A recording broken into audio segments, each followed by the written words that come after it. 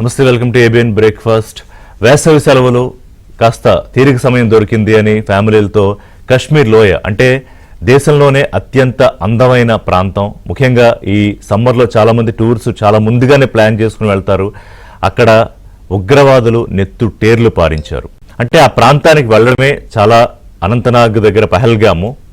అక్కడికి వెళ్ళడానికి అన్ని వెహికల్స్ వెళ్ళవు, నడుచుకుంటూ లేకపోతే గుర్రాల ద్వారా ఇలాంటి మార్గాల్లోనే వెళ్ళాలి. సరిగ్గా అదను చూసి వాళ్ళ దగ్గరికి వచ్చి పోలీస్ దుస్తుల్లో వచ్చి, ఇక్కడ ఏంటంటే సైనిక దుస్తులు పోలీస్ దుస్తులు అని చెప్తున్నారు, అది కొంచెం క్లారిటీ రావాలి. అంటే స్థానిక పోలీసులు ఏ దుస్తులు వేసుకుంటారో ఆ డ్రెస్సుల్లో వచ్చిన సుమారు 5-6 మంది టెర్రరిస్ట్ మోక దారుణంగా కాల్చి చంపేశారు. కాల్చి చంపేస్తూ కూడా వాళ్ళు క్లియర్గా ఐడి కార్డులు అడిగి వాళ్ళ పేర్లు చూసుకుని ముస్లిం కాదు అని నిర్ధారించుకున్న తర్వాత పాయింట్ బ్లాంక్లో పెట్టి షూట్ చేసేశారు. అలాగే నేలపై పడుకుని తప్పించుకుందాం అన్న వాళ్ళని టెంటుల్లోంచి బయటికి లాగి ఖురాన్లో ఇస్లాంకు సంబంధించి కొన్ని వాక్యాలు ఉంటాయి, వాటిని చదవమంటే చదవడం రాదు చాలామందికి, చదవలేదని చెవుల్లో నెత్తి మీద ఎక్కడ పడితే అక్కడ పెట్టి షూట్ చేసి చంపేసి, నన్ను కూడా చంపేయండి, నా భర్తను చంపారు, నన్ను కూడా చంపేసేయండి అని బతిమాలుకుంటే నువ్వు వెళ్ళి మోడీకి చెప్పుకో ఇలా మేము చంపేశామని చెప్పి. అంటే ఒకటి కాదు, మోడీని దుర్భాషలాడుతూ, అంటే ఇది క్లియర్గా చాలా పగడ్బందీగా చేసిన ఒక టెర్రరిస్ట్ అటాక్. ఇది కేవలం భారతదేశంలో కశ్మీర్లకు సంబంధించిన మాత్రం అటాక్ అనుకుంటే చాలా పొరపాటు. ప్రపంచ దేశాలన్నీ కూడా విస్తుపోయాయి ఒక్కసారిగా. నేను మొత్తం చెప్తాను. గడిచిన 25 ఏళ్లలో కశ్మీర్ లోయలో జరిగిన టెర్రరిస్ట్ అటాక్స్ ఏ సంస్థలు చేశాయి, ఎందుకు చేశాయి, భారతదేశ ప్రభుత్వానికి ఏం సంకేతాలు పంపించాలనుకుంటున్నాయి. ముఖ్యంగా ఇప్పుడు కశ్మీర్లో గడిచిన 3 నెలల్లో 5 లక్షలకు పైగా పర్యాటకులు అక్కడికి వచ్చారు. ఎందుకంటే ఈ మధ్య అక్కడికి పర్యాటక రంగం బాగా పెరిగింది. తాజాగా అక్కడ షరీఫ్ సోదరుల ముందు ఆర్మీ జనరల్ చీఫ్ చేసిన కామెంట్స్ ఏంటంటే, జమ్మూ కాశ్మీర్కి సంబంధించి ఆయన చేసిన కామెంట్స్ ఏంటంటే, కశ్మీర్ మాది, ఎన్నటికీ దాని మీద ఆశ చావదు, ఏ శక్తి దానిని మా నుంచి వేరు చేయలేదు. ఇది ఆర్మీ జనరల్ చీఫ్ మాట్లాడతాడు. ఐఎస్ఐ పెంచి పోషించిన ఉగ్రవాద సంస్థలు లష్కరే తోయిబా, దాన్ని న్యూట్రలైజ్ చేశామో లేకపోతే తగ్గిందని చెప్పడానికి ఇంకొక టెర్రరిస్ట్ సంస్థని సృష్టించి ఇవాళ అటాక్ చేసిన ది రెసిస్టెన్స్ ఫ్రంట్ అనే టెర్రరిస్ట్ సంస్థ, ఒక కంపెనీకి సిస్టర్ కన్సర్న్ ఉంటుంది కదా, అలాగే లష్కరే తోయిబా నుంచి పుట్టుకొచ్చిన ఉగ్రవాద సంస్థ. ఈ దాడికి పాల్పడింది వాళ్లే అని వాళ్ళు చెప్పుకున్నారు. చాలా సగర్వంగా వాళ్ళు ప్రకటించుకుంటున్నారు. అంటే ఒకటి, కశ్మీర్లో ఈ మధ్య ఎన్నికలు జరిగాయి, ప్రశాంతంగా అక్కడ సాధారణ జీవితం వాతావరణం ఉంది, దాన్ని డిస్టర్బ్ చేయాలి. అంటే కాశ్మీర్లో పీస్ డిస్టర్బ్ చేయాలి ప్రధానమైన టార్గెట్. అలాగే కాశ్మీర్లో పర్యాటకాన్ని డిస్టర్బ్ చేయాలి. అది మిగతా రాష్ట్రాల్లాగా మిగతా పర్యాటక ప్రాంతాల్లాగా ఉండకూడదు. ఎప్పుడు ఉగ్రవాద భయం గుప్పిట్లో, ఎప్పుడు ఏం జరిగిపోతుందో, ఏం పేలుడు సంభవిస్తాయో, ఎవరో అటాక్స్ చేసేస్తారో అన్న భయం గుప్పిట్లోనే ఉండాలి. అది వాళ్ళ ప్రధానమైన టార్గెట్. టైమింగ్ చూస్తే ప్రధానమంత్రి సౌదీ టూర్కి వెళ్ళారు. 2 రోజుల టూర్కి ఆయన ఇవాళ యాక్చువల్ స్కెడ్యూల్ ప్రకారం బుధవారం రాత్రికి రావాలి ఆయన, కానీ అర్ధాంతరంగా వారు టూర్ ముగించుకుని వచ్చేసారు ఈ ఘటన జరగగానే. అలాగే జేడీ వ్యాన్స్ అమెరికా ఉపాధ్యక్షుడు భారత పర్యటనలో ఉన్నారు, కుటుంబ సమేతంగా. ఆయన పలు ప్రాంతాలు సందర్శిస్తున్నారు. అఫ్కోర్స్ కశ్మీర్ ఆయన ట్రిప్లో లేదనుకోండి, కానీ ఇదొక మెసేజ్ పంపించడానికి. అంటే మా జోలికి వస్తే, కాశ్మీర్ జోలికి వస్తే వాళ్ళదని క్లెయిమ్ చేసుకుంటారు కదా పాకిస్తాన్ కాశ్మీర్ని. అంటే 77 ఏళ్ల తర్వాత ఇండిపెండెంట్ ఇండియాలో 77 ఏళ్ల తర్వాత కూడా ఇలాంటి ఉగ్రదాడుల గురించి మనం మాట్లాడుకుంటున్నామంటే ఉదయం పూట చర్చలో చాలా సీరియస్గా ఆలోచించాలి. ఉగ్రవాదాన్ని కూకటి వేళ్లతో ప్రకటించి వేస్తామని, కేవలం భారత్కి సంబంధించిన సమస్యే కాదు ప్రపంచ దేశాలన్నీ కలిసి రావాలని అనేక సందర్భాల్లో మనం అడుగుతాం. అక్కడ ఐక్యరాజ్య సమితిలో కూడా పాకిస్తాన్ వెళ్ళి కశ్మీర్ వాళ్ళదన్నట్టు మాట్లాడుతుంది. అంటే ఇంకెంతకాలం చూస్తూ ఊరుకోవాలి? సరే, గతంలో దాడులకి చాలా స్పష్టంగా క్రిస్టల్ క్లియర్గా సమాధానం చెప్పారు భారత ప్రధాని మోదీ, భారత ప్రభుత్వం. కానీ మరి ఎందుకు వీళ్ళకి బుద్ధి రాలేదు? ఇవాళ అమాయకులైన పర్యాటకులు వాళ్ళు ఏం పాపం చేశారు? ఫోటోలు వీడియోలు చూస్తుంటే అప్పటి వరకు వాళ్ళు తీసుకున్న కొన్ని వీడియోస్, ఈ ప్రాంతం ఇంత అందంగా ఉంది, ఇక్కడ మేము ఎంజాయ్ చేస్తున్నాం అని చెప్పి కొద్ది క్షణాల్లోనే వాళ్ళు చనిపోతారని ఎవరికైనా తెలుసా? మన ఫోటోలో చూస్తున్న అమ్మాయి నవవధువు, వాళ్ళు హనీమూన్ కని వెళ్ళారు, అతన్ని కాల్చిపడేశారు. ఆ అమ్మాయి అక్కడ కూర్చుని షాక్లోకి వెళ్ళిపోయింది. అలాగే ఒక వృద్ధ దంపతులు ఎన్నాళ్ళో తర్వాత వెళ్ళారు, అతన్ని చంపేశారు. వైజాగ్ నుంచి వెళ్ళారు కొన్ని ఫ్యామిలీస్. అలాగే హైదరాబాద్లో పనిచేస్తున్న బీహార్ వాసి మనీష్ రంజన్, ఆయన ఐబీ ఆఫీసరు, అతని ఐడి కార్డు చూసి పాయింట్ బ్లాంక్లో షూట్ చేసి చంపేశారు. మన ఫోటోలో చూస్తున్నాం. మనీష్ రంజన్ హైదరాబాద్ వాసి, అంటే బీహార్ నుంచి ఆయన ఇక్కడ పనిచేస్తున్నారు. ఇలాగా అంటే ఎవరు దీనికి బాధ్యులు, ఎవరు సమాధానం చెప్తారు? చాలామందికి ఈ ప్రశ్న నచ్చదు, కోపం వస్తుంది. అంటే ఇంటెలిజెన్స్ ఇన్ఫర్మేషన్ కూడా ఉందంటున్నారు, దాని మీద ఇంకా కన్ఫర్మేషన్. నేను కొన్ని నేషనల్ పత్రికలు చదివినప్పుడు వస్తుంది ఏంటంటే దాడులు జరిగే అవకాశం ఉందని నిఘా వర్గాలకు సమాచారం ఉంది అని. ఆ ప్రాంతంలో నిఘా రెగ్యులర్గా ఉండదు. ఈ ఘటన జరిగిన తర్వాత దాదాపు 20-25 నిమిషాల తర్వాత భద్రతా బలగాలు అక్కడ చేరుకున్నాయట. ఎందుకంటే నేను ముందుగానే చెప్పినట్టు అక్కడ చాలా సొఫిస్టికేటెడ్ రోడ్ వే లేదు వెళ్ళడానికి. హెలికాప్టర్స్లో వచ్చారు, తర్వాత కొంతమందిని రెస్క్యూ చేశారు. అంటే కొంతమంది అయితే స్థానికులు వాళ్ళకి కొంచెం అవగాహన ఉంటుంది కాబట్టి ఆ సూక్తులు, వాటికి ఏదో పేరుంది, ఖురాన్లో ఉండే సూక్తులు పఠిస్తూ చదువుతూ బతిమాలుకుంటూ అలా పడుకుని పోతే వాళ్ళని కొంతమందిని వదిలేశారు. ఎవరికైతే అవి చేత కాదో, ముఖ్యంగా హిందువులు పురుషులు టార్గెట్ చేసిన లిస్టు మనం చూస్తే 28 మంది చనిపోయారు ఇప్పటిదాకా. ఇంకా పెరిగే అవకాశం ఉంది. దాదాపు 20-25 మంది బాగా హైలీ సివియర్లీ ఇంజ్యూర్డ్. వాళ్ళ పరిస్థితి ఎలా ఉందో ఇంకా తెలియాలి. టేర్లు పారించడానికి వెనకాల ఖచ్చితంగా ఏదో ఒక మెసేజ్ పంపించాలని ఈ ది రెసిస్టెన్స్ ఫ్రంట్ అనే సంస్థ, ఉగ్ర సంస్థ ఖచ్చితంగా ఒక టార్గెట్ పెట్టుకుని చేసింది. వీళ్ళ వెనకాల ఎవరున్నారు? ఖచ్చితంగా ఇది పాకిస్తాన్ ప్రేరేపిత సంస్థ, అందులో ఏ సందేహం లేదు. కాశ్మీర్లో జరిగిన దారుణ ఉగ్ర కాండ గురించి మాట్లాడుతున్నాము. దీన్ని నేను ఉగ్ర ఛాలెంజ్ అని పెట్టాను. ఎందుకు పెట్టానో చెప్తాను. ఇవాళ డిబేట్లో మనతో పాటు పెంటపాటి పుల్లారావు గారు, ప్రముఖ రాజకీయ విశ్లేషకులు, ఫారెన్ అఫైర్స్ ఎక్స్పర్ట్ కూడా వారు, అలాగే జనరల్ కేఆర్ రావు గారు, రిటైర్డ్ ఆర్మీ ఆఫీసర్, లెఫ్టినెంట్ జనరల్గా వారు సేవలు అందించారు. కాశ్మీర్లో కూడా వారు అనేక సంవత్సరాలు పనిచేశారు. సంజయ్ పులిపాక్ గారు, foreign affairs expert and analyst. నమస్కారం అండి అందరికీ. థ్యాంక్ యూ వెరీ మచ్, మీరందరూ లాస్ట్ మినిట్లో మీ రిక్వెస్ట్ జాయిన్ అయినందుకు.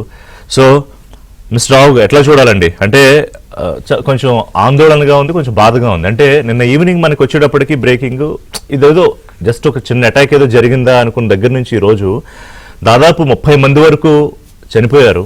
ఇంకా దాదాపు 20-25 మంది చావు బతుకుల మధ్య కొట్టుమిట్టాడుతున్నారు. మతం అడిగి మారణకాండకు పాల్పడ్డారు రావు గారు. అంటే గతంలో ఎప్పుడైనా జరిగిందో లేదో మీరే చెప్పాలి. అంటే ప్రధాని మోదీని తిడుతూ ఖురాన్లో కొన్ని పంక్తులు చెప్పమంటే అవి చెప్పడం రాకపోతే వాళ్ళని పాయింట్ బ్లాంక్లో పెట్టి షూట్ చేసేసారు. ది రెసిస్టెన్స్ ఫ్రంట్ అనే ఉగ్రవాద సంస్థ. రావు గారు సార్ మాట్లాడండి. రావు గారు మ్యూట్లో ఉన్నారు. మ్యూట్లో ఉన్నారు. యా ప్లీజ్ ఒక్క నిమిషం మళ్ళీ మాట్లాడతా మీతో. రావు గారు, పుల్లారావు గారు చెప్పండి. పుల్లారావు గారు చెప్పండి. అంటే ఏంటి, అంటే చాలా ప్రశాంతంగా ఉంది కాశ్మీరు. పర్యాటకులు వెళ్ళడం 5 లక్షల మంది వెళ్ళారట. అంటే గతంలో నాకు తెలిసి మధ్యకాలంలో ఎప్పుడు లేదు. ఈ 3 నెలల్లో గడిచిన క్వార్టర్లో సమ్మరు హాలిడేస్ ప్లానింగ్, పిల్లలతో ఫ్యామిలీతో వెళ్ళిన వాళ్ళు అసలు ఇది జరగలేదు. అంటే ఒక మంచి మెమరీగా ఉంటుంది అనుకుంటే అసలు ప్రాణాలే లేకుండా పోయాయి. పుల్లారావు గారు అసలు ఆశ్చర్యం, నాకు అందరూ ఎందుకు ఆశ్చర్యపోతున్నారు, ఇది ఎందుకు ఆశ్చర్యపోతున్నారు? మనకు వచ్చే సిగ్నల్స్ ఏంటి పాకిస్తాన్ నుంచి, చైనా నుంచి? ఈవేళ మనకి బంగ్లాదేశ్ నుంచి వచ్చే సిగ్నల్స్ ఏంటి? నేపాల్ నుంచి వచ్చే సిగ్నల్స్ ఏంటి? వ్యతిరేక ప్రభుత్వాలు నేపాల్, పాకిస్తాన్, చైనా, బంగ్లాదేశ్. ఇలాంటివి జరుగుతుంది అనుకోలేదు. ఏమవుతుంది అనుకోలేదు. ఇలాగ అనుకున్నారు. ఇది రోజు జరగటానికి అవకాశం ఉన్నది. రోజు ప్లాన్ చేస్తున్నారు. ఒక ఉగ్రవాది 10 మంది వచ్చేసి చంపేసి వెళ్ళిపోవటానికి వాళ్ళకి డబ్బులు ఇచ్చేస్తారు. వాళ్ళు చచ్చిపోతే వాళ్ళ ఫ్యామిలీస్ కి ఇదంతా పద్ధతిగా జరుగుతుంది పాకిస్తాన్ నుంచి. పాకిస్తాన్ చేస్తారు, చేయపోతున్నారు. ఎందుకు ప్లాన్ చేయలేరు? అక్కడ అంతమంది టూరిస్ట్ ఉంటే ఫస్ట్ ఆఫ్ ఆల్ మన లోపం మనం చూద్దాం. మనం ఎందుకు ఎక్స్పెక్ట్ చేయలేదు? ఇది కళ్ళు మూసుకుని నిద్రపోయారా? అంతే కదా. ఎవరు ఒక్క పోలీస్ రైడే ఆ ప్రాంతంలో అంత వందల మంది టూరిస్ట్ ఉన్న చోట ఏదో రోడ్లు బాగోలేదంటే అదే వెళ్ళరా? ఎక్కడున్నారు ఈ ఆర్మీ, పోలీస్? తర్వాత ఇది అన్ఫార్చునేట్ థింగ్ ఏంటంటే ఆ 100 మంది దగ్గర ఒక తుపాకు కూడా లేదు. మన దేశంలో గన్ లాస్ ఎలా ఉన్నాయి? చంపేసేవాడికి లాస్ ఉండదు, చచ్చిపోయేవాడికి లాస్ ఉంటాయి. సో ఇది నేను తప్పకుండా ఇన్స్టెంట్ గా మీరు అన్నది ప్రజలందరూ అదే అంటున్నారు. పాకిస్తాన్ ఎలా చేసింది ఘోరం అంటే నేను ఎలాగంటలేదు. పాకిస్తాన్ ఎందుకు చేయదు? వాళ్ళ దేశానికి వాళ్ళు ఉన్నదికి దేనికి భారతదేశం ఒక రాక్షసులు ఇలా మనం చేస్తున్నారని చెప్పుకుంటేనే పాకిస్తాన్ సైన్యానికి జీతాలు ఉంటాయి, వాళ్ళు కంట్రోల్ చేస్తున్నారు. 40 ఏళ్ళు మనకి స్వతంత్రం వచ్చింది, పాకిస్తాన్కి స్వతంత్రం వచ్చింది. ఈ దాదాపు 75 సంవత్సరాలు పాకిస్తాన్ లో 30 సంవత్సరాలే సివిలియన్ గవర్నమెంట్, ఎలక్టవర్ గవర్నమెంట్ ఉంటుంది. అది కూడా ఏ గవర్నమెంట్ కూడా ఫుల్ టర్మ్ కంప్లీట్ చేయలేదు, ఏ గవర్నమెంట్ పాకిస్తాన్. సో మనం ఎక్స్పెక్ట్ చేయాలి మన ప్రభుత్వం తప్పకుండా ఫెయిల్ అయ్యారా, అది జవాబు చెప్పాలి. వాళ్ళు చేశారు అంటే వాళ్ళు ఎందుకు చేయరు? మీరు చెప్పండి, మీరు అంత అబ్జర్వ్ చేస్తున్నారు, మీరు కూడా చాలా సీనియర్ పర్సన్, మన మిత్రులు ఉన్నారు, ఎందుకు ఎక్స్పెక్ట్ చేయలేదు? ఎందుకు కళ్ళు మూసుకున్నారు? టూరిస్టులు పిలిస్తే కొట్రా? తప్పకుండా చేసేదే కదా, ఇది వాళ్ళ విధానం కదా. నేను తప్పకుండా మన ఫెయిలియర్, మన మిలిటరీ ఫెయిలియర్ అన్న మన గవర్నమెంట్ ఫెయిలియర్ ఇది యాంటిసిపేట్ చేయకపోవటానికి. తర్వాత ఇంకోటి కూడా చెప్తున్నాను రిషి గారు, మనం సీరియస్ గా తీసుకోవాలి ఈ దేశంలో పాకిస్తాన్. ఓ పక్కన వాళ్ళతో మనం ఎంబసీలను డౌన్గ్రేడ్ చేసాం, మన అంబాసిడర్ పిలిచేసాం, వాళ్ళని పిలిచేశారు. క్రికెట్ ఆడతారా మీరు క్రికెట్ ఆడతారా? ఈ క్రికెట్ పాకిస్తాన్ తో ఇంటికి వెళ్తున్నారు, రాబోయే రోజుల్లో మళ్ళీ ఆడతారా? మహిళా క్రికెట్ ఉన్నారు పాకిస్తాన్ తో. ఇదేంటి? ఓ పక్కన మీరేమంటున్నారు, చాలా విరోధం, ఇంటికి వెళ్తున్నారు. మీరు చెప్పండి వై? వాళ్ళతో సోషల్, సామాజిక, కల్చరల్, స్పోర్ట్స్ రిలేషన్షిప్స్ ఏంటి? క్రికెట్ టోర్నమెంట్ పోతే బీసీసీఐ వాళ్ళు ఏమైపోతారు? క్రికెట్ చూశారు. నిన్నటి నుంచి ఒక్క క్రికెటర్ భారతదేశంలో కండెమ్ చేశాడా? చెప్పండి. నాట్ రియల్లీ లేదు అంటే మాట్లాడలేదు, నిశ్శబ్దంగా ఉన్నారు. సినిమా రంగంలో ఎవరన్నా కంప్లీట్ చేయలేదు, ఎందుకంటే ఆడియన్స్లు పోతాయి. దుబాయ్ లో, పాకిస్తాన్ లో, బంగ్లాదేశ్ లో ఒక్కడ కండెమ్ చేయలేదే.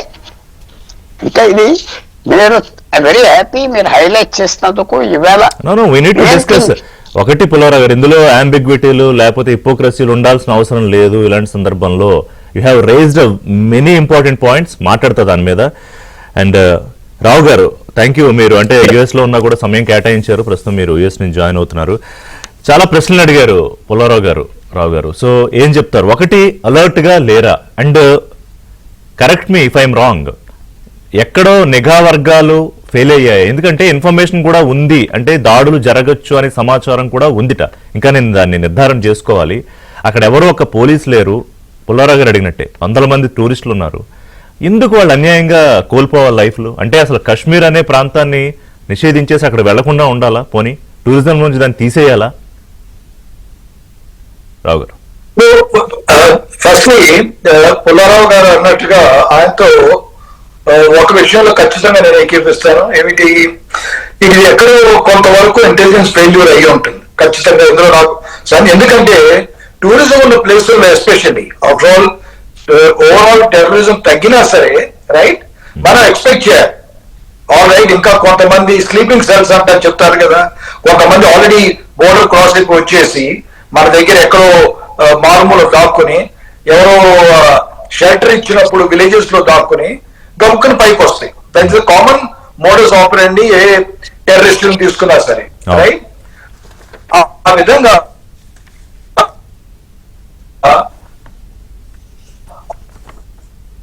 ఆల్రెడీ కొంత స్టాటిక్ లో టెర్రరిస్టులు తిరుగుతున్నారు, మన ఎక్కడో దాక్కుని ఉన్నారు, లేదా 30 మంది దాక్కుని ఉన్నారు వేర్వేరు ప్రదేశాల్లో. ఒక ఇంటెలిజెన్స్ అది ఖచ్చితంగా ఉంటుంది, అందులో సందేహం లేదు.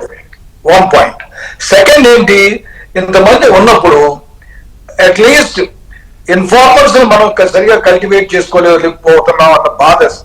ఎందుకంటే మన ఇన్ఫార్మర్స్ ఉంటే సార్ సుమారు కరెక్ట్ ప్లేస్ ఈ ఇంట్లో ఉన్నారని చెప్పలేకపోయినా సరే, సార్ ఈ విలేజెస్ లో కొంతమంది అనుమానాస్పదంలో తిరుగుతున్నారు, కొత్త వాళ్ళు వచ్చారు రైట్, ఒరిజినల్ గా ఈ ఊరు నుంచి మనిషి కాదు అతను, పేల్గాం నుంచి కాదు, పేల్గాం నుంచి ఇంకో రకంగా పడతారు. ఏమిటి, పేల్గాం నుంచి లాస్ట్ 8 months నుంచి మిస్సింగ్ ఇతను, కనిపించలేదు. అంటే బయటికి వెళ్ళిపోయి మళ్ళీ తిరిగి రావచ్చు రైట్. కనుక ఇలాంటి ఇండికేషన్స్ ఉన్నాయే ఖచ్చితంగా మనం ఫాలో అవ్వలేదని అవసరం. తెలిసినా సరే ఒక్కోసారి ఇంకా నాకు డౌట్ ఏంటి, between state intelligence, army intelligence, IB ఇందులో ఏమన్నా ఫెయిల్యూర్ జరిగింది. ఎందుకంటే target is very lucrative target మనిషి ఎప్పుడు కొట్టాలనుకుంటే ఏంటి, న్యూస్ క్రియేట్ చేయాలని ఆలోచిస్తారు. Correct. న్యూస్ ఎందుకు క్రియేట్ చేస్తారు? ఎక్కువ మంది చంపినా సరే, లేదా చాలా ఇంపార్టెంట్ టార్గెట్ కొట్టగలిగితే, రైట్? ఇందులో జరిగింది ఏంటి, చాలా మంది 25 మంది ఆల్రెడీ తెలిసింది, ఇంకా ఎక్కువ మంది పోయారో లేదో అది నెమ్మది మనకు తెలుస్తుంది. సుమారు 25 మంది వరకు అవును, చనిపోయారని తెలుస్తుంది. టూరిజం ప్లేస్ కనుక ఈ టూరిస్ట్ ఇప్పుడు ఏంటంటే మనం ఆలోచించాల్సింది ఇంకో విధంగా కూడా జరుగుతానికి ఛాన్సెస్ ఉన్నాయి. ఈ టూరిస్ట్ వెళ్ళి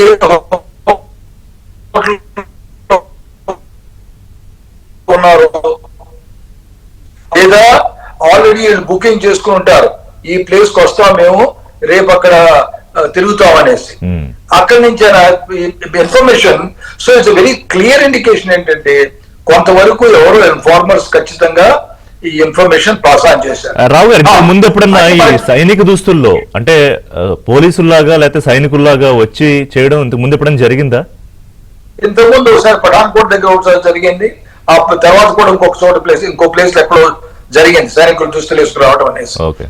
అది మాత్రం ఎందుకంటే టెర్రరిస్ట్ రకరకాల టాక్టిక్స్ ఉపయోగిస్తారు, పోలీసులు రావచ్చు లేకపోతే అదేలేండి, సహజంగా చూడగానే వాళ్ళు పోలీసులు అనుకుంటారు కదా, అనుమానం కూడా ఎవరికి రాదు.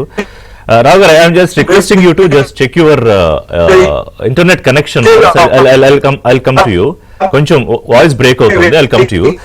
సంజయ్ గారు, so how are you looking at this incident అండి? ఎందుకంటే పుల్లారావు గారు చాలా ఇంపార్టెంట్ క్వశ్చన్స్ రైజ్ చేశారు. ఈ రెసిస్టెన్స్ ఫ్రంట్ అనేది నేను మొదట్లో చెప్పినట్టుగానే, సరే వాళ్ళు లష్కర్ ఏ తోయిబాకి సంబంధించి అనుబంధ సంస్థ, లేకపోతే వాళ్ళని లేకుండా చేశామని చెప్పి కొత్తగా పుట్టిన ఇంకొక సంస్థ, తర్వాత కశ్మీర్ ఇటీవల జరిగిన ప్రవాసీ పాకిస్తానీ సదస్సులో పాక్ ఆర్మీ చీఫ్ అసిం ముసార్ వ్యాఖ్యలు, కశ్మీర్ అన్నటికీ మాదే, దాని మీద ఆశ చావదు, ఏ శక్తి దాన్ని మా నుంచి వేరు చేయలేదు, ఇంకా చాలా మాట్లాడాడు. ఇవి ఇంపార్టెంట్ అండి సంజయ్ గారు. అంటే ఇది చాలా క్లియర్ గా ఒక మెసేజ్ ఇవ్వడానికి చేసిన చర్యనా? అవునండి, చాలా క్లియర్ గా. యాక్చువల్లీ ఇది చాలా దురదృష్టకరమైన బాధాకరమైన సంఘటన అండి. కశ్మీర్ లో ఉగ్రవాదం జ్వాల అంతమైపోతున్న తరుణంలో చివరిసారి చేసింది, ఇంకోసారి జరిగిందా అన్న బాధ కలుగుతోంది. నా ఉద్దేశంలో అయితే కశ్మీర్ ఉగ్రవాదంలో ఒక చిన్న చాప్టర్ మళ్ళీ ఓపెన్ అయిందా అని మనం ఆలోచించాలండి. ఎందుకంటే మీరు ఇందాక చెప్పినట్టు పాకిస్తాన్ లో చాలా అసంతృప్తి ఉంది. కశ్మీర్ సెటిల్ అయిపోతుంది, పీస్ఫుల్ గా ఉంది, ఆర్టికల్ 370 అయిపోయింది, పెద్ద ఎత్తున టూరిస్టులు వెళ్ళారు. మీరు ఇందాక చెప్పినట్టు ఇది పీక్ టూరిస్ట్ సీజన్ అండి. ఈ పీక్ టూరిస్ట్ సీజన్ లో టార్గెట్ చేయడం జరిగింది. తర్వాత అమర్నాథ్ యాత్ర జరగబోతోంది. అంటే కశ్మీర్ లో ఎకానమీని క్రిపుల్ చేయడానికి, కశ్మీర్ ఎకానమీ టూరిజం మీద డిపెండ్ అయి ఉంటుంది కాబట్టి ఆ ఎకానమీని క్రిపుల్ చేసి మళ్ళీ అన్ఎంప్లాయ్మెంట్ జనరేట్ చేసి యూత్ లో ఒక అసంతృప్తి జనరేట్ చేసే ప్రక్రియలో ఇది ఒక స్ట్రాటజీగా మనం భావించాల్సి ఉంటుందండి. అది మాత్రం ఖచ్చితంగా మనం పరిగణలోకి తీసుకోవాలి. అంతేకాకుండా మీరు ఇందాక చెప్పినట్టు పాకిస్తాన్ లో ఆర్మీ చీఫ్ క్లియర్ గా చెప్పారు. ఆయన ఏం చెప్పారు, మీరు చెప్పినట్టు కశ్మీర్ పాకిస్తాన్ లో అంతర్గత భాగం, దీన్ని మేము వదులుకునేది లేదు అని. అదే వ్యాఖ్యలు కనుక మీరు చూసినట్టయితే ఆయన ఇంకో పాయింట్ కూడా చెప్పారండి. పాకిస్తాన్ ఏర్పడటం, 2 నేషన్ థియరీ చాలా వ్యాలిడ్, దీన్ని మనం మర్చిపోకుండా తర్వాత జనరేషన్స్ కి చెప్పాలి అని కూడా చెప్పారండి. అంటే పాకిస్తాన్ ఉద్భవించి 75 సంవత్సరాలు అయినా కూడా ఈ రోజుకి వాళ్ళు 2 నేషన్ థియరీ వ్యాలిడ్ అని చెప్పుకుంటున్నారంటే వాళ్ళలో ఉన్న ఇన్సెక్యూరిటీకి అది డెమాన్స్ట్రేట్ చేస్తుందండి. ఇప్పుడు మీరు ఇందాక చెప్పారు కదా, టూరిస్టులని మతపరంగా సపరేట్ చేసి నువ్వు హిందువా ముస్లిమా చంపారన్నది. అది యాక్చువల్ గా చూస్తే మొన్న పాకిస్తాన్ ఆర్మీ చీఫ్ చెప్పింది 2 నేషన్ థియరీ ప్రకారంగా చేస్తున్నట్టు కనబడుతుందండి క్లియర్ గా. There is a clear Pakistan hand in this. తర్వాత మీరు చెప్పినట్టు ది రెసిస్టెంట్ ఫ్రంట్ అని ఉంది కదా, అది nothing but Lashkar A Taiba extension అని చెప్పడం జరుగుతుంది. సో ఇవన్నీ చూసుకుంటే ఇంకోటి, జేడీ వ్యాన్స్ దేశంలో పర్యటిస్తున్నారు. ప్రైమ్ మినిస్టర్ మోడీ దుబాయ్కి వెళ్ళటం జరిగింది. మీరు ఇందాక అడిగినట్టు మిలిటరీ ఫ్యాటిగ్ లో వచ్చి చంపటం ఇప్పుడు కాదు, ఎప్పటి నుంచో జరుగుతోందండి. ఉదాహరణకి 2000 లో ఛత్తీసింగ్పుర మ్యాసకర్ అని జరిగిందండి. అక్కడ కూడా మిలిటరీ దుస్తుల్లో వచ్చి సిక్కుల్ని సపరేట్ చేసి పెద్ద ఎత్తున వాళ్ళని చంపడం జరిగింది. అనంతరం అప్పుడు కూడా గమనించాల్సింది ఏంటంటే ప్రెసిడెంట్ క్లింటన్ ఆమె ఇండియాలో పర్యటిస్తున్నారండి. ఓకే. అంటే పెద్ద ఎత్తున అమెరికా నుంచి వేల పాశ్చాత్య దేశాల నుంచి డిగ్నిటరీస్ వచ్చినప్పుడు ఆ ఇంటర్నేషనల్ మీడియా ఉంటుంది కాబట్టి ఆ ఇంటర్నేషనల్ మీడియా అట్రాక్షన్ వాళ్ళ యొక్క అటెన్షన్ గ్రాప్ చేయటం కోసం ఇలాంటివి కూడా చేయటం జరుగుతుంది. రైట్. ఆఫ్ కోర్స్ ఈ దుస్తులు ఇవన్నీ these are all part of tactics అండి. ఇది మేం చేయలేదు, రేపు పొద్దున్న నుంచి ఇంకా ఈ media social media campaign start అవుతుంది, ఇండియాలోనే ఎవరో చేశారు ఇలాంటి దిక్కుమాలిన బ్యాచ్ ఎప్పుడు ఉంటారు వాళ్ళు, అది నడుస్తుందండి. So this is the scale at which these things are happening అండి. బట్ నా ఉద్దేశంలో మనం పాకిస్తాన్ ఆర్మీ చీఫ్ చేసిన కమెంట్స్ చాలా సీరియస్ గా తీసుకోవాల్సిన అవసరం ఉంది. నా ఇంట్రడక్టరీ రిమార్క్స్ లో చెప్పినట్టు దీన్ని ఏదో కశ్మీర్ అంశంగానో భారతదేశానికి సంబంధించిన అంశంగానో చూస్తే చాలా ప్రమాదం. అంటే ఇకనైనా ఆ పర్సెప్షన్ మారాలి. పుల్లారావు గారు కూడా ఒప్పుకుంటారు అనుకుంటా. బ్రేక్ తర్వాత మాట్లాడదాం. ప్రధానమంత్రి వచ్చారు, సౌదీ పర్యటన అర్ధాంతరంగా ముగించుకుని వెనక్కి వచ్చేశారు. ప్రస్తుతానికి కేంద్ర మంత్రివర్గ భద్రతా కమిటీ CCS సమావేశంలో వారు పాల్గొనున్నారు.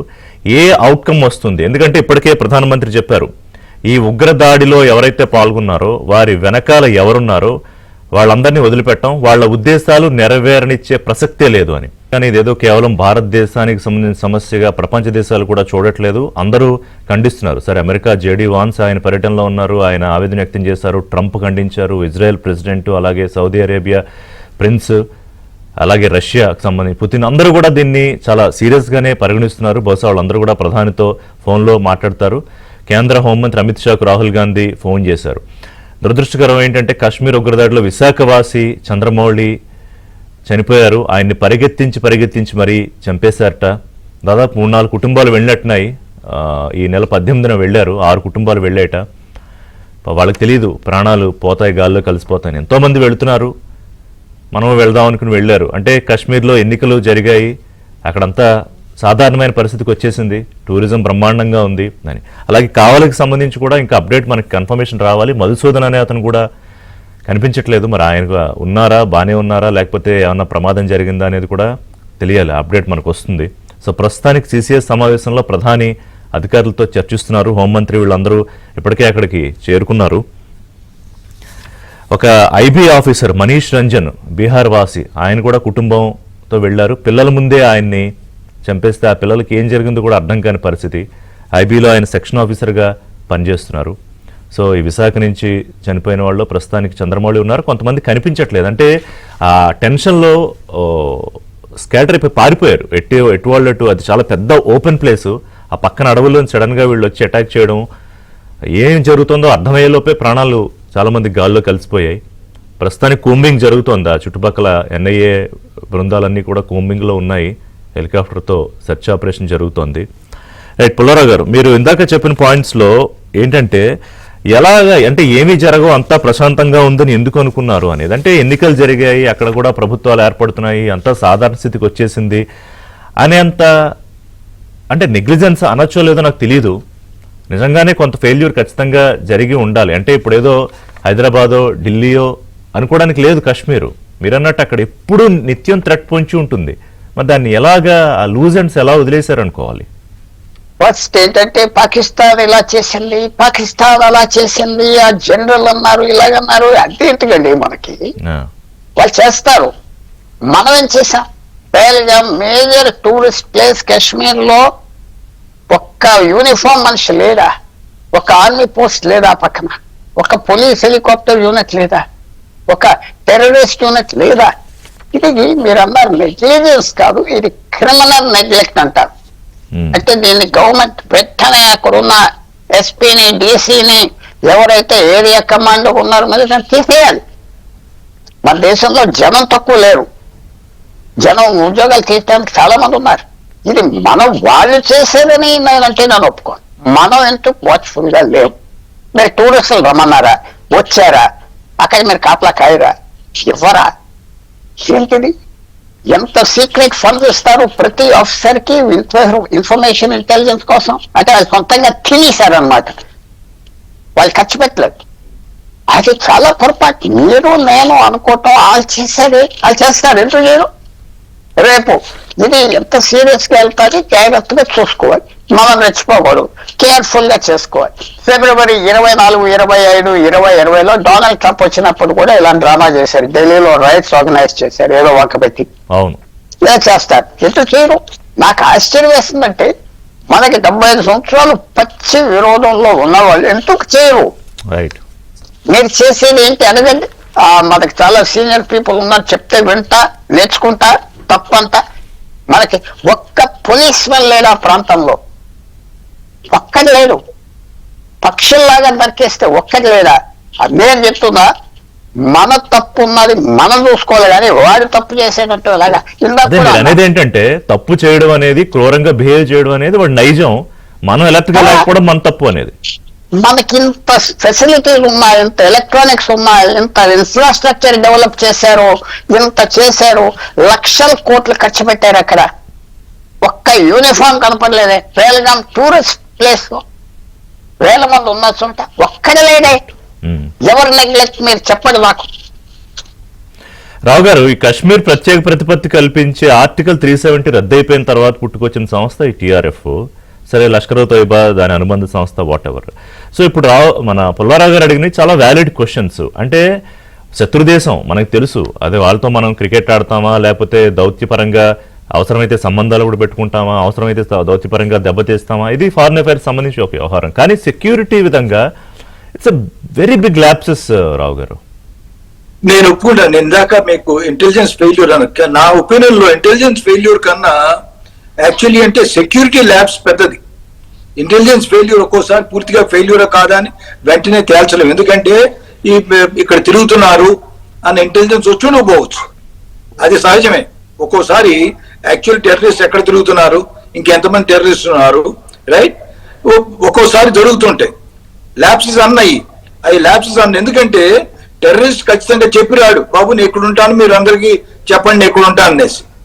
మన ప్రయత్నాలు మనం చేస్తుంటాం. ఇదేంటంటే హైడ్ అండ్ సీక్ అంటారే, దొంగ పోలీస్ ఆట ఆడటం. అలాగా మనం ఒకటి ట్రై చేస్తే టెర్రరిస్ట్ అలర్ట్నెస్ తో లేవని అంటే కాదు, ఆల్ ఈజ్ వెల్ అనే మైండ్ సెట్ తో ఉన్నావా? అది చెప్పింది ఏంటంటే కాంప్లిసెన్సీ ఒకటి రావటం. ఒకటి ఏంటంటే ఎప్పుడైతే మనం ఇంతమందిని ఫస్ట్ టూరిజం పర్మిట్ చేసినప్పుడు, పుల్లారావు గారు చెప్పిన మాటలో చాలా వెరీ ఇంపార్టెంట్ మెసేజ్ ఉంది. ఏమిటా మెసేజ్? ఇంత పెద్ద టూరిజం ప్లేస్ అయినప్పుడు టార్గెట్ అవుతుందని అయినా అవ్వకపోయినా బేసిక్ ఏంటంటే ఇక్కడ కాంగ్రిగేషన్ జరుగుతున్నాయి.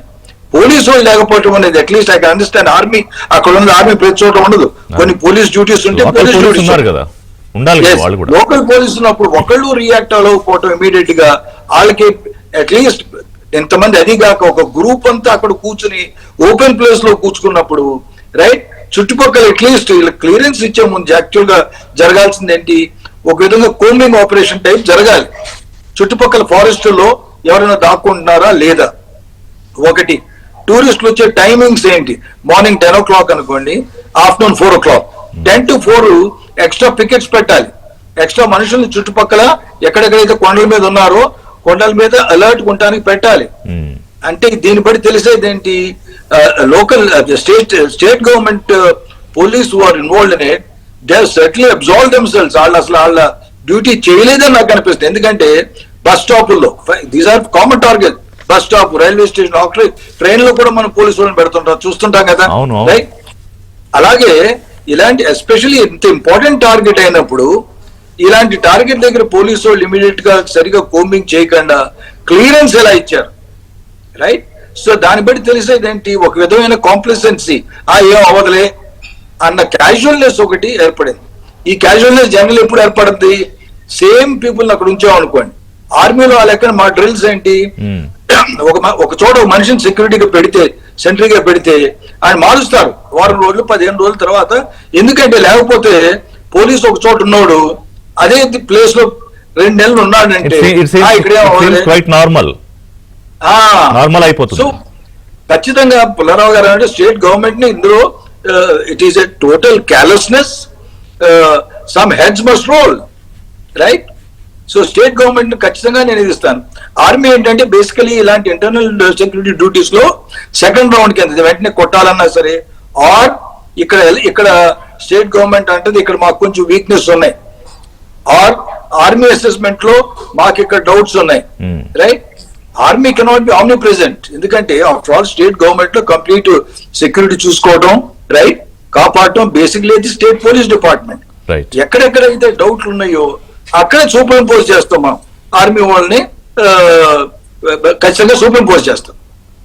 కనుక అక్కడ పోలీసు వాళ్ళు ఏంటంటే their assessment itself is totally wrong. ఖచ్చితంగా ఒప్పుకుంటాను. State government if it has not thought that ఇది ఒక టార్గెట్ అనుకోవటం, ఈ కాంప్లిసెన్స్ అన్ని ఎందుకు వచ్చి ఉంటాయి? పాసిబుల్లీ ఒక ఆఫ్టర్ ఆల్ టెర్రరిస్ట్ అన్నాక ఆడ ఎప్పుడు ఒకడు టెర్రరిజం అనేది మనం ఆపలేం. It can never be finished. Firstly ఒక థాట్ లో వచ్చింది, it can be total eradicated. No, impossible. Terrorism అన్నది ఐఎమ్ వెరీ క్లియర్. ఎందుకంటే ఇప్పుడు హమసైనా చూడండి, మీరు హౌతీస్ చూడండి, ఆ ఐడియా ఉన్నంత కాలం వరకు. ఇప్పుడు మీరు ఎల్ఈటీని కొంతమంది చంపారు, కానీ ఎల్ఈటీలు కొత్త అనుభవం లాగా స్టార్ట్ అయ్యారు కదా. సో రకరకాల మనుషులు వాళ్ళలో విభేదాలు వచ్చినా సరే రకరకాల గ్రూపులు ఏర్పడతాయి, రైట్?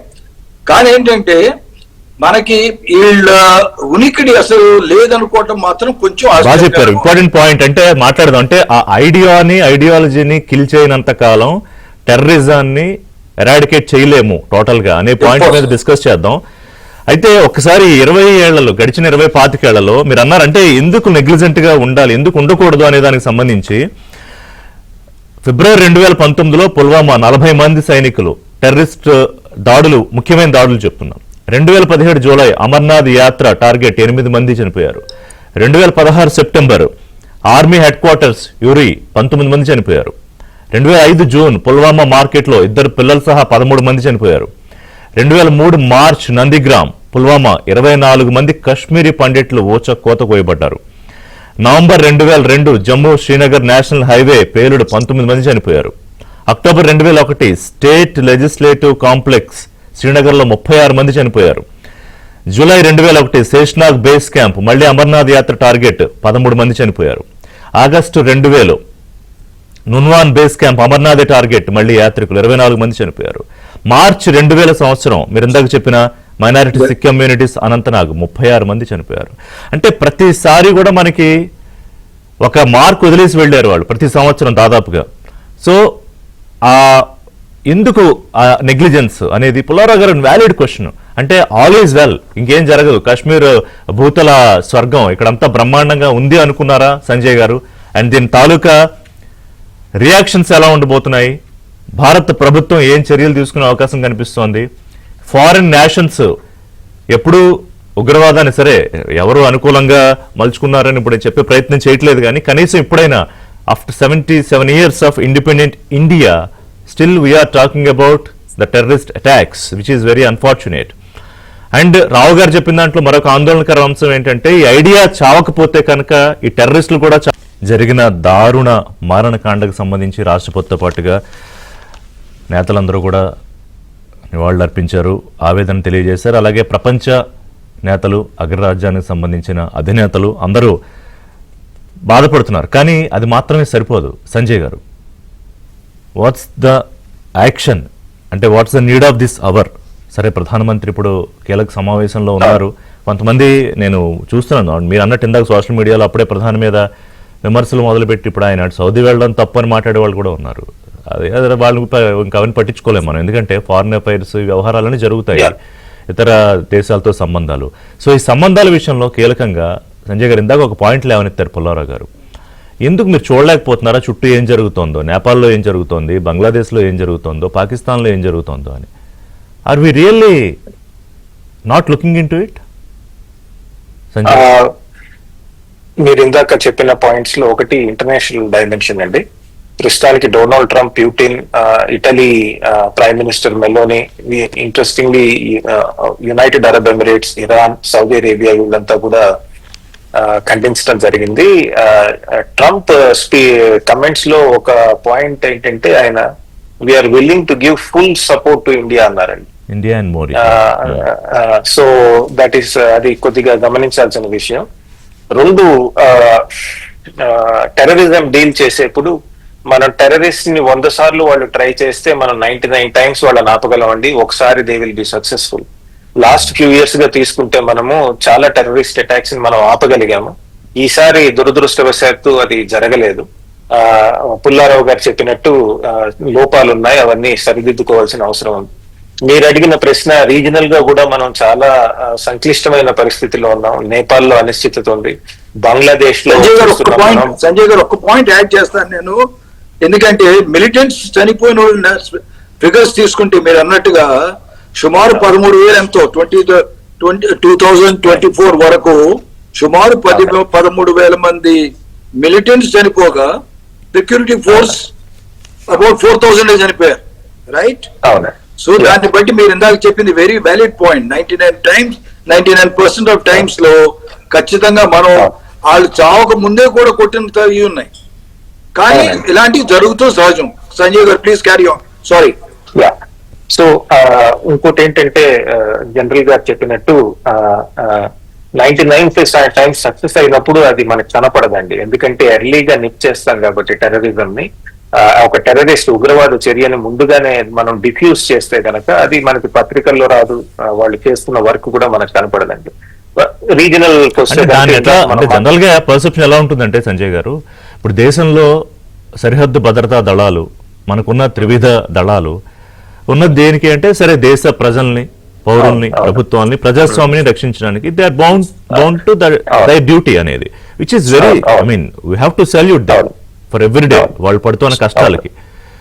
ఎందుకంటే సియాచిన్ లాంటి ప్రాంతాల్లో వాళ్ళకి అక్కడ నీరు గడ్డ కట్టుకుపోయే ప్రాంతాల్లో ఉంటారు వాళ్ళు ఎప్పుడు వాళ్ళని తప్పుపట్టలేం. కానీ ఇక్కడ ప్రభుత్వాలు వాళ్ళ దృష్టికోణం, we need to discuss in that angle. అవునండి, మీరు చెప్పింది కరెక్టే. మన భద్రతా దళాలు నిరంతరం పనిచేస్తూనే ఉంటాయి, అప్పుడప్పుడు పొరపాట్లు జరుగుతూ ఉంటాయి. మన సెక్యూరిటీ సిచ్యువేషన్ ఇవాల్యుయేషన్ లో పొరపాటు జరుగుతూ ఉంటుంది ఒక్కొక్కసారి. కశ్మీర్ స్టెబిలైజ్ అయిపోయింది అనుకున్నాము, కాలేదు అని తెలుస్తోంది. క్లియర్ గా ఎప్పటి నుంచో సంకేతాలు వస్తున్నాయి. మీరు ఇందాక అన్నట్టు స్థానిక రీజనల్ గా చూసుకుంటే నేపాల్ గొడవల్లో ఉంది, బంగ్లాదేశ్ లో గొడవల్లో ఉంది, అది మనం చూస్తున్నాము. వెస్ట్ బెంగాల్లో కానీ మిగతా చోట్ల దాని యొక్క ప్రభావం కనబడుతోంది. అట్లానే బర్మా నుంచి జరుగుతున్న గొడవలు మణిపూర్ లో మనం చూస్తున్నాము. ముఖ్యంగా పాకిస్తాన్ తో మనకి రాబోతున్న రోజుల్లో ఇంకా గొడవ జరగబోతోందండి. ఎందుకంటే పాకిస్తాన్ తన అస్తిత్వాన్ని కోల్పోతుందా అన్న పాకిస్తాన్ మిలిటరీలో ఒక ఆవేదన, ఒక భయం కనబడుతోంది క్లియర్ గా. ఎందుకంటే మీరు బలూచిస్తాన్ తీసుకోండి, బలూచిస్తాన్ లో పాకిస్తాన్ ఆర్మీ దాదాపు 60% of the territory of Balochistan ని పాకిస్తాన్ ఆర్మీ కంట్రోల్ చేయట్లేదని పాకిస్తాన్ పార్లమెంట్ లోనే బలూచిస్తాన్ నుంచి మిగతా పొలిటీషియన్స్ చెప్పడం జరిగింది. అలానే మొన్న చూసాం, ఒక ట్రైన్ ని హైజాక్ చేయడం జరిగింది. అలానే north west frontier province of Pakistan లో మనం చూస్తున్నాం, పష్తూన్స్ తిరగబడుతున్నారు. పాకిస్తాన్ తర్వాత తాలిబాన్ కి మధ్య గొడవ నడుస్తోంది. సో మొన్న మీరు పాకిస్తాన్ ఆర్మీ చెప్పిన, మిలిటరీ జనరల్ చెప్పిన వ్యాఖ్యలు చూస్తే కనుక, మా దేశాన్ని నుంచి మీరెవరు విడగొట్టలేరు అంటే వాళ్ళకి ఎంత ఆందోళన ఉంది, ఎంత భయం ఉంది అని కనబడుతోందండి. కాబట్టి ముందు ముందు ఇంకా ఇలాంటి చర్యలు అడిగిన దాంట్లో ఇట్స్ దేర్ నేచర్. ఎందుకు మనం we are so concerned about them. And అసలు వాళ్ళతో ఏ రకమైన సంబంధాలన్నా ఉండాలా, ఉండకూడదా, దీని మీద కూడా ఖచ్చితంగా ఒక చర్చ జరగాల్సిన టైం. చర్చ జరగాలండి. ఒక విధంగా తీసుకుంటే మా భారత ప్రభుత్వం గత కొద్ది కాలంగా కఠినమైన వైఖరి అనుభవిస్తోంది వాళ్ళతో, ఉదాహరణకి అవలంబిస్తోంది. ఉదాహరణకి మీరు తీసుకోండి, కల్చరల్ ఇంటరాక్షన్స్ లేదా వాళ్ళ మూవీ స్టార్స్ ని ఇక్కడికి తేవటం అది బాగానే తగ్గింది.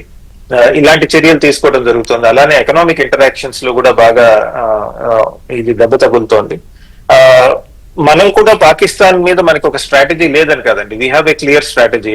ఉదాహరణకి బలూచిస్తాన్ మీద తీసుకోండి, పెద్ద ఎత్తున మనం మద్దతు పలకడం జరుగుతోంది. 2014 మోడీ తన మొదటి టర్మ్ లో రెడ్ ఫోర్ట్ నుంచి బలూచిస్తాన్ సోదరులకి మెసేజ్ పంపించినప్పుడు అక్కడ ఏం గొడవ జరగట్లేదు. ఆ గొడవ జరగకపోయినా prime minister Modi red fort నుంచి, ఎర్రకోట నుంచి బలూచిస్తాన్ గురించి మాట్లాడారా ఏంటి అనిపిస్తుంది. ఈ రోజు మనం చూస్తున్నాం బలూచిస్తాన్ లో ఏం జరుగుతుందో. అలానే తాలిబాన్ లో కొంతమంది మోడరేట్ ఎలిమెంట్స్ తో మనం ఎంగేజ్ చేయడం జరుగుతోంది. ఉదాహరణకి వాళ్ళ మనిషి వచ్చి మన ఫారెన్ సెక్రటరీని కలవటం జరిగింది. అలానే నార్త్ వెస్ట్ ఫ్రాంటియర్ ప్రావిన్స్ లో చూస్తున్నాం.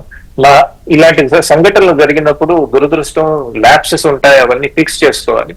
అలానే మనం ఇప్పుడు ఏంటి అంటే గమనించాల్సింది ఏంటంటే అంటే గతంలో కొన్ని దాడులు జరిగినప్పుడు ఇమీడియట్ రియాక్షన్స్ వచ్చాయి సంజయ్ గారు, అంటే అటాక్స్, సర్జికల్ స్ట్రైక్స్ అవును. లాంటివి. బట్ ఐ మీన్ ఇప్పుడు ఏంటి దేశం ఖచ్చితంగా ముందు ఉన్న పెద్ద మనం ప్రశ్న ఇది.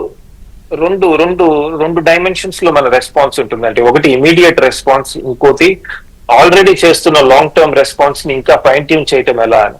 పాకిస్తాన్ ఆర్మీ ఈ రోజు మనతో యుద్ధము ఒక చిన్న స్కర్మిష్ అంటాం కదా, చిన్న తగువ పెట్టుకోవటానికి చాలా ఉత్సాహంతో ఉంది. ఎందుకంటే అంతర్గతంగా చాలా వీక్ అయిపోయిన పాకిస్తాన్ ఆర్మీ, ఎకనామిక్ గా దెబ్బతిన్న పాకిస్తాన్, అటు బలూచిస్తాన్ వీటితో యుద్ధం చేస్తున్న పాకిస్తాన్, దానికి ఒక తెలిసిన శత్రువు కావాలి. తెలిసిన శత్రువు ఎవరు? భారతదేశం. దాంతో కనుక యుద్ధం చేస్తే ప్రజల యొక్క మనోభావాల్ని లేదా వాళ్ళ ఆలోచన విధానాన్ని మార్చచ్చు అన్న ప్రయత్నంలో ఇది ఇంకా ఒక యుద్ధం important dimension. చేయగల స్థాయి స్తోమత పాకిస్తాన్ కి లేవు కదా భారత్ తో, పుల్లారావు గారు. ఒక్క నిమిషం అండి, Yeah. దానికి క్వశ్చన్. పాకిస్తాన్ ఆర్మీకి కావాల్సింది తన ప్రజల శ్రేయస్సు, తన కెపాసిటీ కాదండి. మన్ని ఎలా ఇబ్బంది పెట్టచ్చా, మన్ని అంటే వాళ్ళు ఇట్ ఈస్ క్లియర్ నౌ, వాళ్ళ ఆర్థిక అభివృద్ధి మేము సాధించలేమని గ్రహించారు. భారతదేశ ఆర్థిక అభివృద్ధిని ఎలా దెబ్బతీయాలా అని ప్లాన్స్ వేస్తూ ఉంటారు. మనం దానికి రెడీగా ఉండాలి. ఒకటి మెయిన్ థింగ్ అండి, ఫస్ట్ మీరు అడిగిన ప్రశ్న ఏం చేయాలి. ఒక చచ్చిపోయిన వాళ్ళు, ఇంజర్ అయిన వాళ్ళు, వార్ విక్టిమ్స్, యుద్ధం విక్టిమ్స్ గా ట్రీట్ చేసి వాళ్ళకి వెంటనే వాళ్ళకి నేను అన్న మాట కాంపెన్సేషన్, ఉద్యోగాలు ఇవ్వాలి. అది ఫస్ట్ రిప్లై. అవును, వాళ్ళని చంపి బాధపడదాం అనుకున్న వాళ్ళకి సాగదని వాళ్ళని వార్ విక్టిమ్స్ లాగా ట్రీట్ చేసి వెంటనే అనౌన్స్ చేయాలి గవర్నమెంట్, స్టేట్ గవర్నమెంట్స్. అది ఇంపార్టెంట్. సెకండ్ పాయింట్ ఏంటంటే ఈ పిచ్చి క్రికెట్స్, ఈ ఆలోచన అసలు ఈ సబ్జెక్ట్ లో ఇప్పుడు కాదు కదా, పాకిస్తాన్ క్రికెట్ బోర్డు చైర్మన్ అంటాడు మాతో దుబాయ్ లో ఆడారు కదా, మేము కూడా న్యూట్రల్ తటస్థ వేదికల మీదే ఆడతామని మళ్ళీ మనకి లేదు డిమాండ్లకి వదిలేస్తాం, మీతో ఆడే పని లేదు. మూడోది, చెప్పాలి కదా. పాకిస్తాన్ క్రికెట్ వారు ఒక్కడైనా కండెమ్ చేస్తారా లేదా? షర్తలు పెట్టాలి. నీ బ్రతికేంటి? భారతదేశంతో నువ్వు ఎలా సమానం, బంగ్లాదేశ్ ఎలా సమానం అడగాలి. నెపాల్ ఏంటి? 2 కోట్ల జనంతో మన సొమ్ములు తిని మనకు వ్యతిరేకం అవ్వారు. 2006లో అప్పుడున్న గవర్నమెంట్ వాళ్ళని తీసుకొచ్చి పెట్టింది. ఇది మనం వాళ్ళ చేసేది వాళ్ళెందుకు చెడ్డోళ్ళు అనవసరం, మనం చేయొచ్చు కదా, ఇవాళ అనౌన్స్ చేయాలి. తర్వాత నేను అడిగిన ప్రశ్నకి పెద్దలు, మన ఇద్దరు మిత్రులు ఉన్నారు చాలా సీనియర్ పీపుల్, ఇంటర్వ్యూ ఫెయిలియర్ కాదు, డ్యూటీ ఫెయిలియర్. పేల్గాంలో ఒక్క యూనిఫామ్ మనిషి లేడా? ఒక్కడ లేడా? దీని మీద మీరు చెప్తే కంక్లూడ్ చేద్దాం. అందువల్ల తప్పకుండా ఇది మనం యాక్షన్ మనలో చూసుకోవాలి. మీరు బాగా చెప్పారు అంతే. వాడు డెఫినెట్ గా కోకుడు ఫెలో అని మనకు తెలుసు. సో మనం ఏం చేయాలనేది అలర్ట్ గా ఉండాలంతే. రైట్ సార్, రావు గారు 30 seconds లో ప్లీజ్. నేను ఇందాక చెప్పినట్టుగా టెర్రరిజాన్ని మనం రూపుమాపలేము అన్న దీంట్లో మనం ఇప్పుడు చేయాల్సింది రైట్. ఫస్ట్లీ ఏంటంటే ఫారిన్ రిలేషన్షిప్ ఇంకా కట్ ఆఫ్ చేసుకోవాలి, ఇంకా స్ట్రింజెంట్ గా ఉండాలి. అందులో మనం కాంప్రమైజ్ అవ్వకూడదు. ఎంతో ఒకటి క్రికెట్లు ఇంకేమైనా మిగిలి ఉంటే అవి కూడా ఫస్ట్లీ బంద్ చేయాలి. Foreign policy totally anti Pakistan కింద తయారవ్వాలి ఒకటి. రెండోది, ఇది నేను అనుకోవటం ఏంటంటే ఒక విధంగా ఆలోచిస్తే బలూచిస్ లేకపోతే పఖ్తూన్స్ ని ఇంకా మనం ప్రేరేపించాలి. ఎందుకంటే ఆఫ్టర్ ఆల్ ఇప్పుడు టెర్రరిజం చేసే target is very low cost target. ఇప్పుడు 10 మందిని పంపించాడు, కొట్టాడు. అదే ఇప్పుడు యుద్ధానికి మనం వెళ్ళొచ్చు, నేను కాదంటలేదు, కావాలనుకుని యుద్ధం వెళ్ళొచ్చు. కానీ యుద్ధంతో మనం ఈ టెర్రరిజం రూపుమాపుతామా? లేదు. కానీ భయంతో ఒక డిటరెన్స్ ఉండాలి, ఒకటి. రెండోది, దెబ్బకి దెబ్బ కూడా తీయాలి. లేకపోతే ఏమనుకుంటాడు, వీళ్ళు ఎప్పుడు కొట్టలేరు, ఏం చేయలేరు అనుకుంటాడు. అంటే గతంలో భయపడ్డారు, కొన్నాళ్ళు సైలెంట్ అయ్యారు. అంటే లాట్ టు బి డిస్కస్డ్. రావు గారు, మళ్ళీ మనం ఒకసారి దీని మీద బహుశా ఈ డెవలప్మెంట్స్ వచ్చాక ఇంకోసారి మాట్లాడే ప్రయత్నం చేద్దాం. ప్రస్తుతానికైతే సిసిఎస్ సమావేశంలో ప్రభుత్వం ఏ నిర్ణయం తీసుకుంటుందో అని వెయిట్ చేయాలి. ఒకటి, శత్రువు ప్రమాదకరం అని తెలిసి కూడా మనం స్నేహహస్తం అందిస్తాము, అనేదో మారుద్దాం అనుకుంటే ప్రభుత్వాలు, పెద్దలు ఆలోచించుకోవాలి. చూద్దాం ఏం డెవలప్మెంట్ వస్తుంది. ఎందుకంటే మనకన్నా తెలిసిన వాళ్ళే ఫారిన్ అఫైర్స్, ఇప్పుడు నిర్మలా సీతారామన్ కూడా వెనక్కి వస్తున్నారు, ఎక్కడో బయట ఉన్నారు. వాళ్ళందరూ ఏదో నిర్ణయం తీసుకుంటారు. By end of the day clarity వచ్చే అవకాశం కనిపిస్తుంది. థ్యాంక్ యూ పుల్లారావు గారు, సంజయ్ గారు, రావు గారు. Especially thank you for joining from USA. ఇది వాళ్ళ ఏబిఎన్ బ్రేక్ఫాస్ట్. నమస్తే.